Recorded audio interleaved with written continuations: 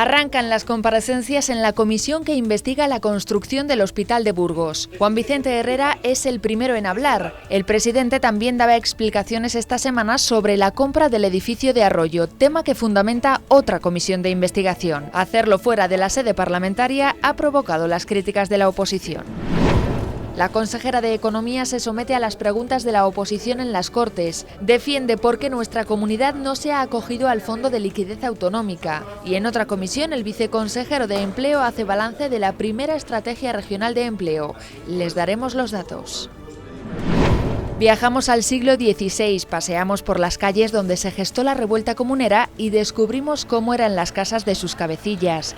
Con la procuradora de Podemos, Natalia del Barrio, les mostramos la parte más desconocida del acueducto de Segovia y el aula donde impartió clase Antonio Machado. ¿Qué tal están? Bienvenidos a nuestras Cortes. Juan Vicente Herrera ha sido el primer presidente de la Junta que ha comparecido en una comisión de investigación del Parlamento Autonómico. Se ha sometido a las preguntas de los grupos parlamentarios acerca del sobrecoste del Hospital de Burgos. Ha abierto así el calendario de comparecencias. Le seguirán este lunes los exconsejeros de Sanidad César Antón y Francisco Álvarez Guisasola.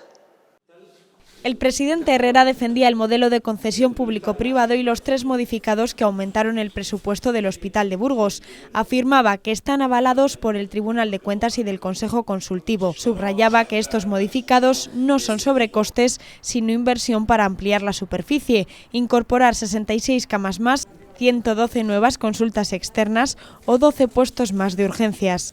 Como se empezó Valdecilla, como se empezó Granada y como se empezó Toledo, pero nos hubiéramos quedado, si me permite la expresión, colgados con la obra.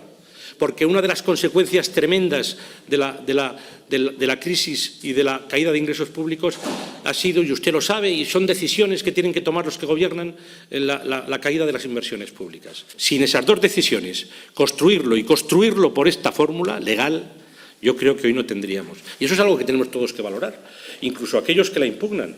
Ninguno de los grupos cuestionaba la necesidad de construir un nuevo hospital, pero todos han puesto peros al modelo. PSOE y Ciudadanos pedían responsabilidades por utilizar una fórmula que consideran un error. ¿Cómo justifica usted que aquel modelo que defendía y defiende hoy, está claro que no ha reflexionado, como más rápido, más barato y más eficaz, se haya convertido en todo lo contrario, con una deriva de ruina que parece no tener fin? No tuvo más que ver la elección del modelo con una elección ideológica que con una decisión económica. ¿En algún momento ha sido consciente de que el modelo era un error? Yo creo que acertamos, que evidentemente no teníamos la bolita para saber qué iba a pasar a partir del año 2008, 2009, 2010, pero pasó. La concesionaria también en el foco del grupo mixto y Podemos cuestionaban que su demora no fuese sancionada. Esto es como si yo encargo una casa a una constructora y cuando falta un mes para que me la entreguen no solamente no les sanciono, no solamente no les quito el contrato como está precisamente previsto que podía haberse realizado, sino que además hago una ampliación de contrato para no solo permitirles que tarden más tiempo para que me pongan un adosado, sino que encima les pago yo una multa. ¿Por qué no hubo una sanción cuando sucedió esa demora, que es lo que ha referido y ha explicado ampliamente el portavoz del Grupo Mixto y que yo insisto en que no ha ahondado en la respuesta? Obligación de reequilibrio, señor Sarrión. No estamos ante una decisión caprichosa de pagar más a la concesionaria. El presidente reconocía que se han tardado 24 meses más en entregar el hospital, pero asegura que el equipamiento lo justifica. El acelerador lineal exige una obra civil que, por cierto, suele costar varios millones de euros. Y, por tanto, si eso se decide en un determinado momento, eso produce un retraso. Remarcaba que la obra en total ha supuesto 5 años y medio frente a los 8 y medio del río Ortega, que es más pequeño. Es que lo que nos pedían los profesionales, para empezar, era salir del Yagüe. Es que el Yagüe no admitía ni siquiera una reforma. Y cerraba la comisión transmitiendo a los grupos parlamentarios que tomara buena nota de las conclusiones. La oposición en bloque reclama al presidente de la Junta que comparezca ante la Comisión de Investigación de los Parques Eólicos. Consideran que más allá de la investigación judicial, el presidente debe dar explicaciones en sede parlamentaria. Ha manifestado que no tiene problema en comparecer ante la prensa, ha dicho que no tiene problema en comparecer ante la justicia y a mí me gustaría que no tuviera tampoco problema para comparecer en el Parlamento. que es donde tiene que dar las explicaciones a los ciudadanos de Castilla y León. Consideramos que el señor Herrera es una suerte de Dr. Jekyll y Mr. Hyde, que se permite el lujo de salir a la prensa diciendo que se pone a disposición de los tribunales de justicia, pero que, sin embargo, elude su verdadera obligación, que tendría que ser comparecer en sede parlamentaria, donde ha sido requerido desde hace meses por la totalidad de los grupos de la oposición. Solicitamos la comparecencia del señor Herrera y del señor Mañueco, y no nos dejaron. O sea que, por desgracia, en este Parlamento somos 42 contra 42, y el Partido Popular tiene esa mayoría de bloqueo, aunque no tenga esa mayoría real en el Parlamento. El presidente Herrera les ha contestado, considera que la justicia es la que tiene que investigar y la que tiene que tomar la iniciativa en este caso y más en este momento. Creo que en este momento este asunto, y teniendo en cuenta además la burda manipulación del Partido Socialista, está en las mejores manos, que son las manos de la autoridad judicial. Yo creo que esa es la garantía del Estado de Derecho. Por lo demás, yo creo que se está pervirtiendo clarísimamente en el propio íter que yo les he narrado. Se ve perfectamente el acceso a la documentación con total transparencia cuando ellos quieren y la utilización también cuando ellos quieren, no por casualidad en el día de ayer. Pleno cargado de asuntos para cerrar el primer periodo de sesiones. El siguiente previsto en el calendario será el del debate de Estado de la Comunidad. Por este motivo, la semana que viene se debatirán en el hemiciclo hasta 3 iniciativas que remite el Ejecutivo y que tienen cierta urgencia. La polémica que, sobre todo en los últimos años, ha empañado el festejo del Toro de la Vega llega a las Cortes de Castilla y León.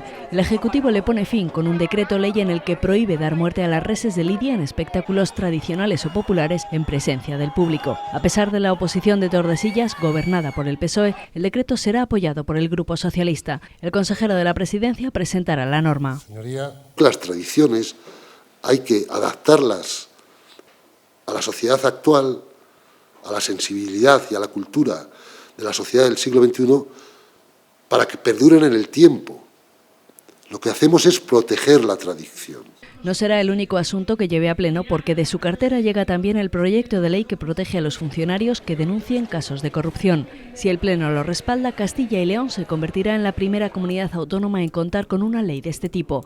Con esta norma, los funcionarios podrán denunciar situaciones que consideren irregulares, se les protegerá su identidad y se iniciará una investigación que tendrá carácter prioritario y que deberá resolverse en el plazo de 2 meses, salvo asuntos muy complejos. Todo se comunicará al comisionado de la transparencia y si hubiesen indicios de delito se derivará a la Fiscalía. Las Cortes aprobarán también el plan de dinamización económica para municipios mineros hasta 2020. Pretende crear empleo en 81 municipios de León y Palencia. La Junta pondrá al menos 5 millones de euros al año, más lo que Diputación y ayuntamientos quieran o puedan aportar. Vamos a hablar con los grupos parlamentarios para explicarles el contenido, las bonanzas, seguramente las deficiencias que pueda tener. Habrá 2 fondos específicos para arrancar actividades económicas en alguno de los municipios mineros más afectados por la crisis del carbón.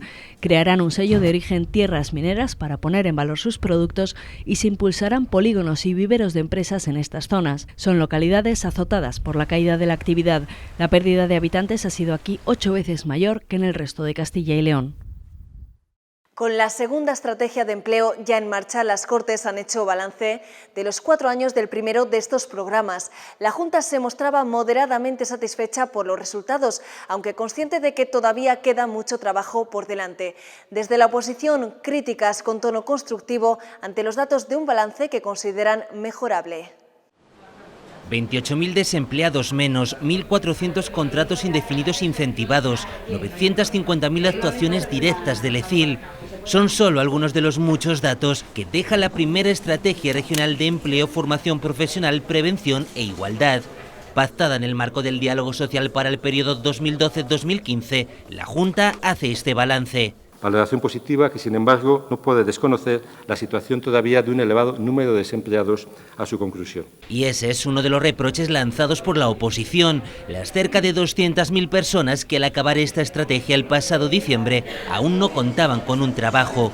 Tanto Podemos como Ciudadanos reclaman más autocrítica. ¿Cuántos años, qué periodo se necesita para asumir que hay un problema sistémico?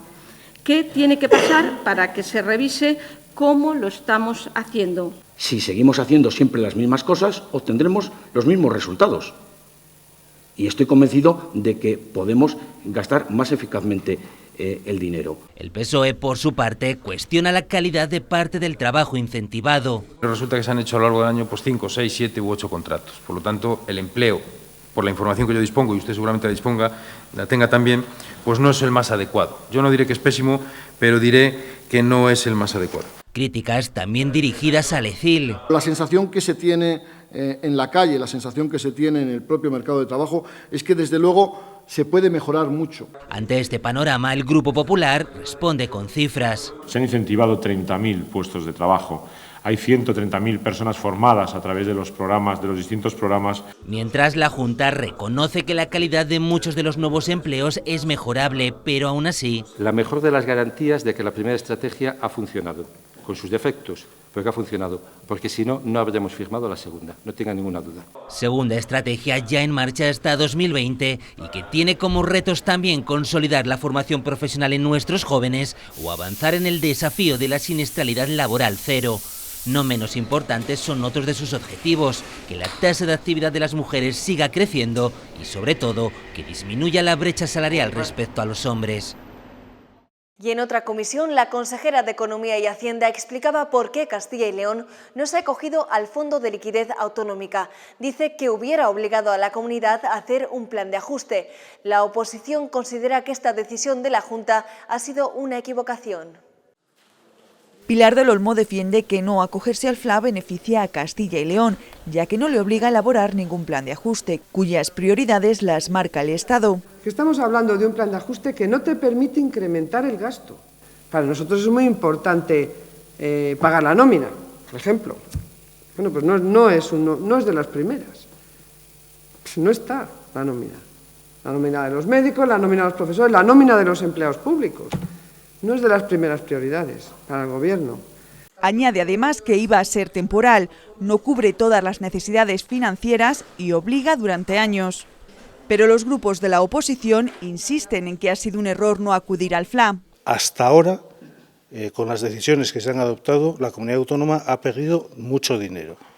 166 millones hasta el 2014. La deuda pública de la comunidad o los préstamos de la comunidad seguían pagando tipos de interés, mientras que las que se habían acogido no lo estaban pagando. Efectivamente, en aquel momento fue un mal negocio para la comunidad. Pensamos que el Fondo de Liquidez Autonómica es un instrumento por el cual las comunidades autónomas deben financiarse.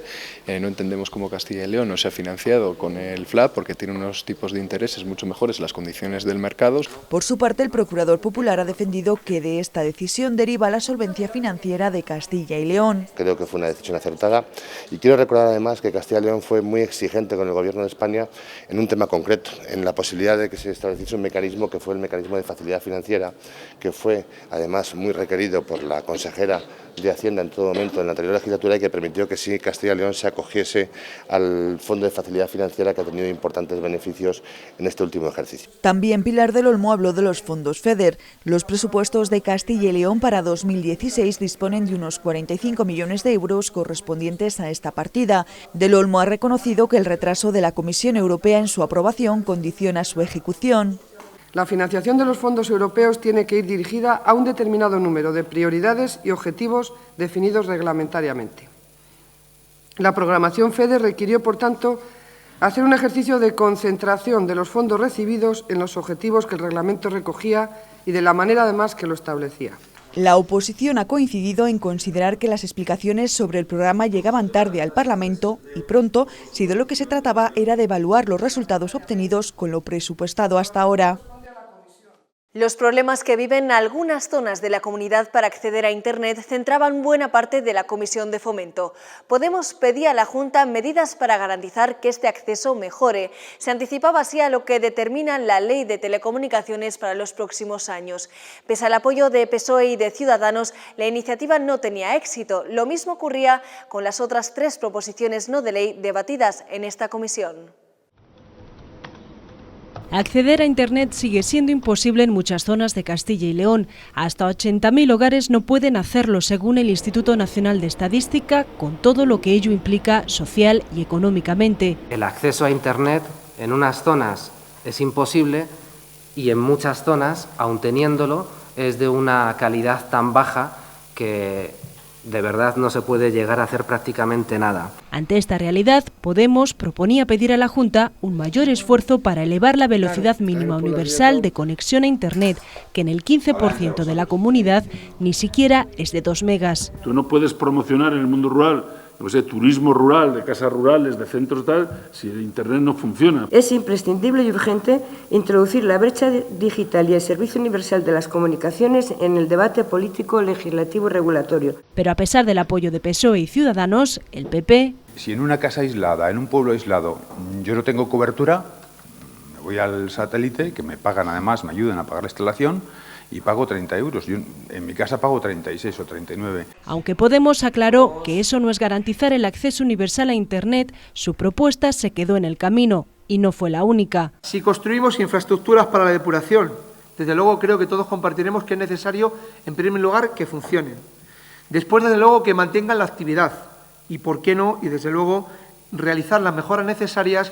Por eso, los socialistas pedían a la Junta un plan para financiar y mantener las depuradoras de agua, propuesta apoyada por los otros grupos, pero no por los populares, quienes argumentaron que esas competencias no son del Gobierno regional. La Junta tiene sus competencias y esto es competencia de los ayuntamientos. La Junta está cumpliendo con sus funciones y sus competencias, que es ayudar a crear las instalaciones y también el mantenimiento de las mismas con posterioridad. Y no tuvieron más suerte las otras dos proposiciones no de ley, ni la que pedía nuevos accesos a una zona de Ciudad Rodrigo, ni la que reclamaba mejoras en la carretera burgalesa que une Gallejones y población de Arreba. Las Cortes pedirán a la Junta que incentive y ayude a los ayuntamientos a adaptar los juegos infantiles a los niños con discapacidad. Lo decidía por unanimidad la Comisión de Familia e Igualdad de Oportunidades, que además remitía otros 3 asuntos al Pleno de la Cámara. Pedirán a la Junta que aliente la adaptación de los juegos infantiles a los niños con discapacidad, una competencia que está en manos de las entidades locales, y que se incluya en el Plan Estratégico para la Discapacidad que verá la luz en junio. Pensamos que este plan que van a hacer ahora en junio pues tiene que realmente recoger esto de lo que estamos hablando ahora mismo aquí y por eso les digo que tenemos que observar luego que esto se cumple. Abramos la puerta a la posibilidad de que la Junta también en un momento determinado pueda articular un incentivo, una ayuda, una colaboración con las entidades locales. ¿Para qué? Pues para elaborar los parques. Todos los grupos han estado de acuerdo, un acercamiento que no se producía en el resto de asuntos. Será el Pleno de la Cámara el que decida si se le pide a la Junta que elabore un plan específico para las personas con trastornos de autismo, como reclama la oposición, o si se incluye en ese plan estratégico para la discapacidad que está por llegar, como defienden los populares. También acababa en empate la propuesta de Podemos para que la Junta no permita a los supermercados tirar alimentos y que se repartan a través de la red de protección de las familias. Porque a pesar del desinteresado y valioso trabajo realizado por el Banco de Alimentos, hay un problema que no está resuelto y es la falta de alimentos frescos, frutas, verduras, carnes y pescados. Las familias, sobre todo las que tienen menores a su cargo, no pueden alimentarse ni alimentarlos de una forma equilibrada y saludable. El Grupo Mixto y Ciudadanos apostaban por fórmulas legales diferentes. Presentar un proyecto de ley para la reducción del despilfarro alimentario y en el cual se incorpore esa prohibición. Usted puede prohibir hasta cierto punto a un supermercado tire o no tire, pero eso yo creo que es mejor y más aceptable lo de firmar convenios. Y aunque los populares proponían la renovación del actual convenio con las cadenas de distribución, los socialistas no aceptaban la enmienda. Tampoco ha habido consenso con la petición de Podemos para establecer políticas de género transversales, porque según ha defendido el Partido Popular, la Junta ya las practica y son de hecho una prioridad.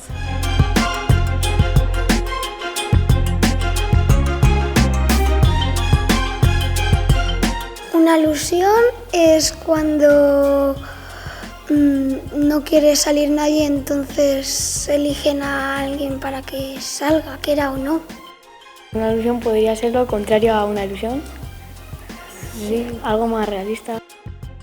Una alusión es una cosa que le has dicho a un político que no deberías. Cuando en el curso del debate se produzca una alusión, es decir, una referencia a la persona de un parlamentario o la conducta de un parlamentario que implique algún tipo de inexactitud o juicio de valor sobre su persona o su conducta, ese procurador puede solicitar un turno para responder a esa alusión y la presidenta se lo puede conceder por un tiempo máximo de 3 minutos. Dos cosas importantes que hay que saber sobre este turno es que, en primer lugar, se trata de una facultad discrecional de la presidenta, es decir, que puede decidir concederlo o no en función de las circunstancias. No es posible, por ejemplo, responder a todas las referencias que se hacen a otras personas, a otros procuradores en el curso de los debates. Y en segundo lugar, que este turno no puede servir en ningún caso para reabrir el debate de fondo que se esté produciendo.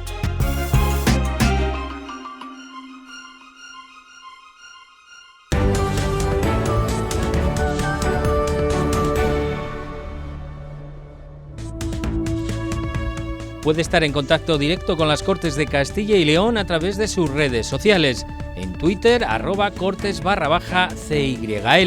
y en Facebook y Google Plus buscando por Cortes de Castilla y León. El Parlamento escucha también a través de Internet la voz del ciudadano.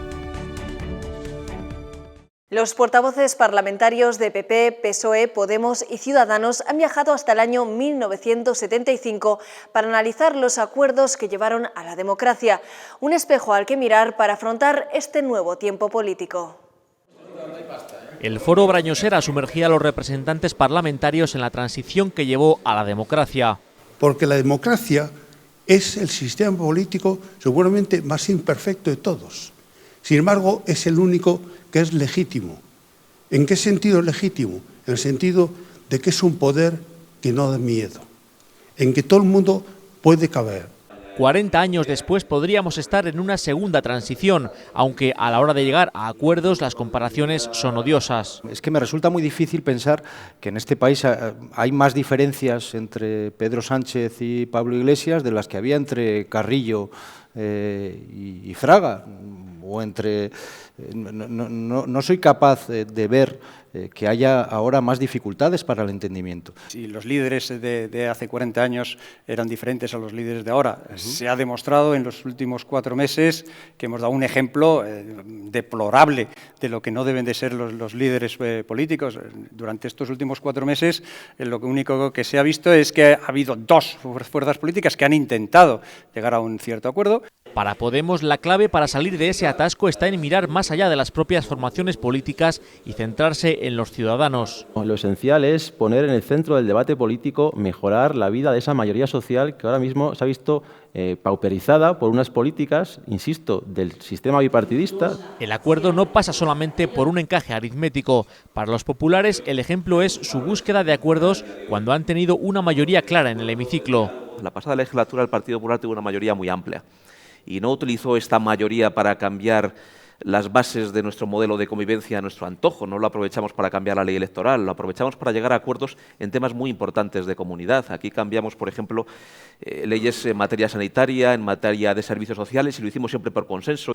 Todo apunta a que después del 26J seguirán condenados a entenderse. Insisto, tendemos la mano al Partido Socialista. Ya me hubiera gustado que esa mano tendida no fuera al cuello hace unas pocas semanas. En lo que todos coincidían es en la necesidad de aparcar las líneas rojas y los intereses partidistas en este nuevo tiempo político.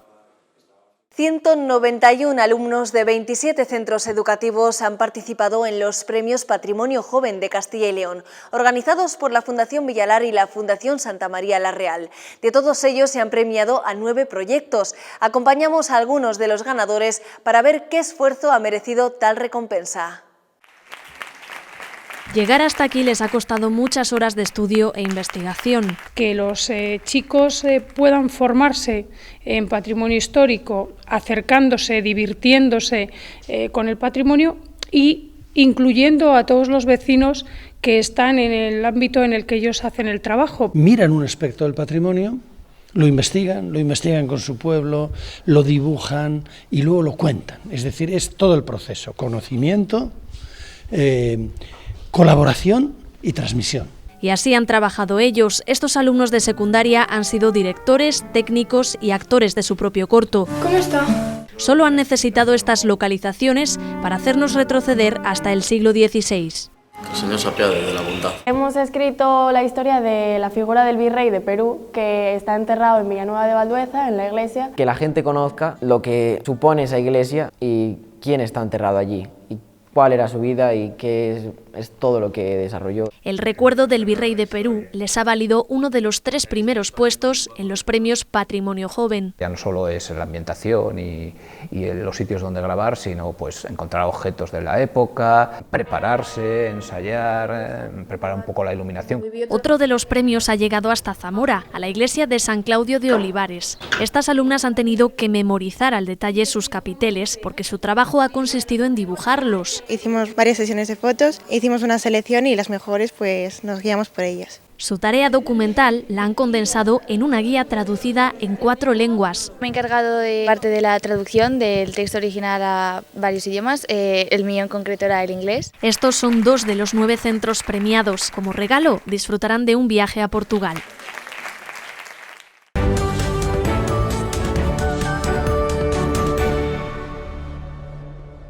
Bienvenidos a Segovia. Esta es mi tita Natalia.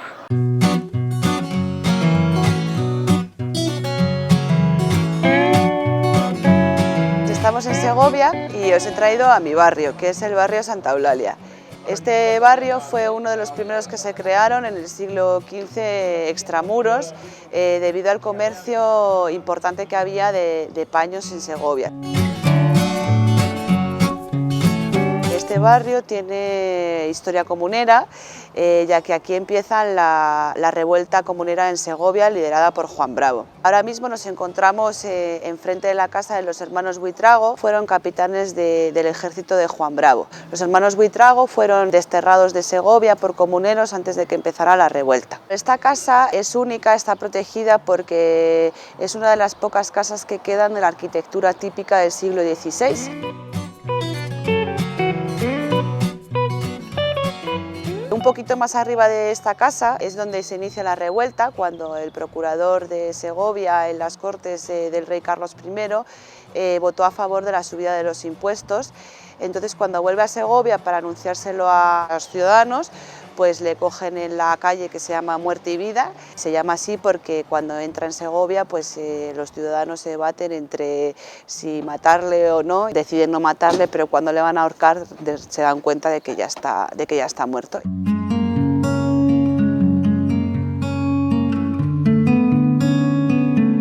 Estamos en el aula Machado, que es un aula del Instituto Mariano Quintanilla, que es donde yo estudié bachillerato y secundaria. Os he traído a este aula porque es una de las pocas aulas que quedan de las típicas cátedras del siglo XIX y porque es una de las aulas donde Antonio Machado dio clase cuando llegó a Segovia.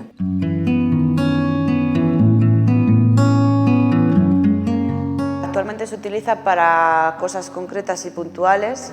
Bueno, aquí me dieron las notas de selectividad a mí, o sea que yo tengo un buen recuerdo de ella.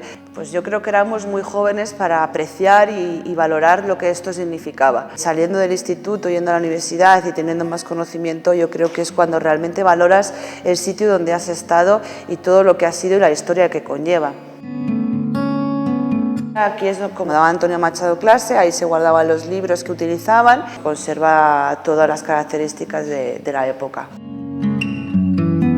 Antonio Machado llegó a Segovia en 1919 como profesor de francés. Para la cultura de Segovia la llegada de Machado fue muy importante porque a la vez que vino se empezó a relacionar con intelectuales de la zona y de la época como Mariano Quintanilla, José Rodao y crearon lo que se conoció como la Universidad Popular, pensada para gente de la clase obrera. Se daban clases por la noche, conferencias, etc.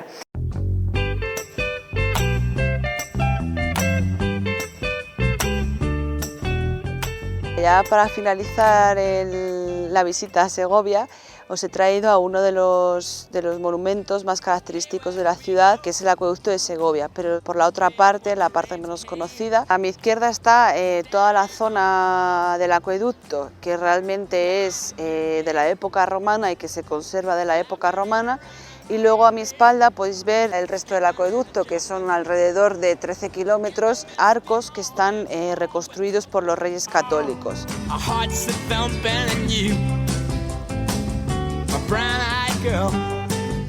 El acueducto fue construido durante la época de Trajano, ya que las ciudades romanas no se contemplaban sin agua, con lo cual lo que hacía era traer agua desde la sierra hasta el centro de la ciudad. Esa, digamos, es la historia verdadera del acueducto, ya que luego existe una leyenda acerca de él, que es que había una muchacha que tenía que ir todos los días a por agua a la sierra. Entonces un día, mientras caminaba, pues dijo: vendería mi alma al diablo por no tener que ir todos los días. Dios se enteró de este pacto con el diablo, hizo que amaneciera antes de tiempo y con lo cual construyó el acueducto y la chica no tuvo que vender su alma al diablo.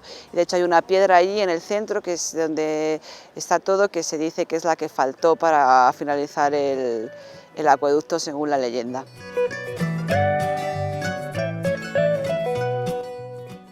Pues esta es mi Segovia, mi barrio, mi ciudad donde nací, y invito a todos los castellanos y leoneses a pasear por el otro Segovia.